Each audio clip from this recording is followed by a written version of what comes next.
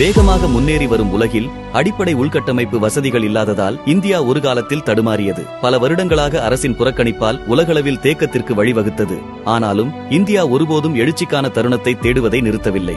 அந்த தருணம் 2014 வந்தது. அப்போது நாட்டின் தலைமை இந்தியாவின் உண்மையான வலிமையையும் வரம்பற்ற ஆற்றலையும் அங்கீகரிக்கும் திறமையான கைகளில் ஒப்படைக்கப்பட்டது. 2014 ஆண்டுக்கு பிறகு பிரதமர் நரேந்திர மோடியின் தலைமையில் இந்தியாவின் உள்கட்டமைப்பில் மாற்றத்தை சந்தித்தது. சாலைகள், விரைவுச் சாலைகள், விமான நிலையங்கள், ரயில் நிலையங்கள் மற்றும் பாலங்களின் கட்டுமானம் மற்றும் விரிவாக்கம் முன்னெப்போதும் இல்லாத வேகத்தை பெற்றது. இப்போது ஸ்மார்ட் சிட்டிஸ் மற்றும் ஆத்ம நிர்பர் பாரத் போன்ற லட்சிய முயற்சிகளுக்கு இந்த பட்ஜெட்டால் புதிய ஊக்கம் கிடைத்துள்ளது. இது முன்னேற்றத்தை நோக்கிய இந்தியாவின் பயணத்தை மேலும் விரைவுபடுத்தியுள்ளது. இந்த பட்ஜெட்டின் மூலம் உள்கட்டமைப்பு மற்றும் உற்பத்தி துறையில் வளர்ந்த இந்தியாவின் அடித்தளம் வலுப்படுத்தப்பட்டுள்ளது.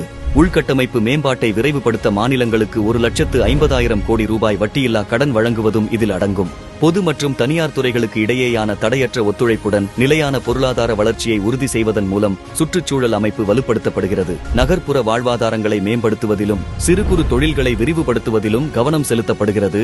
இது வலுவான மற்றும் தன்னம்பிக்கை கொண்ட இந்தியாவிற்கு வழிவகுக்கும்.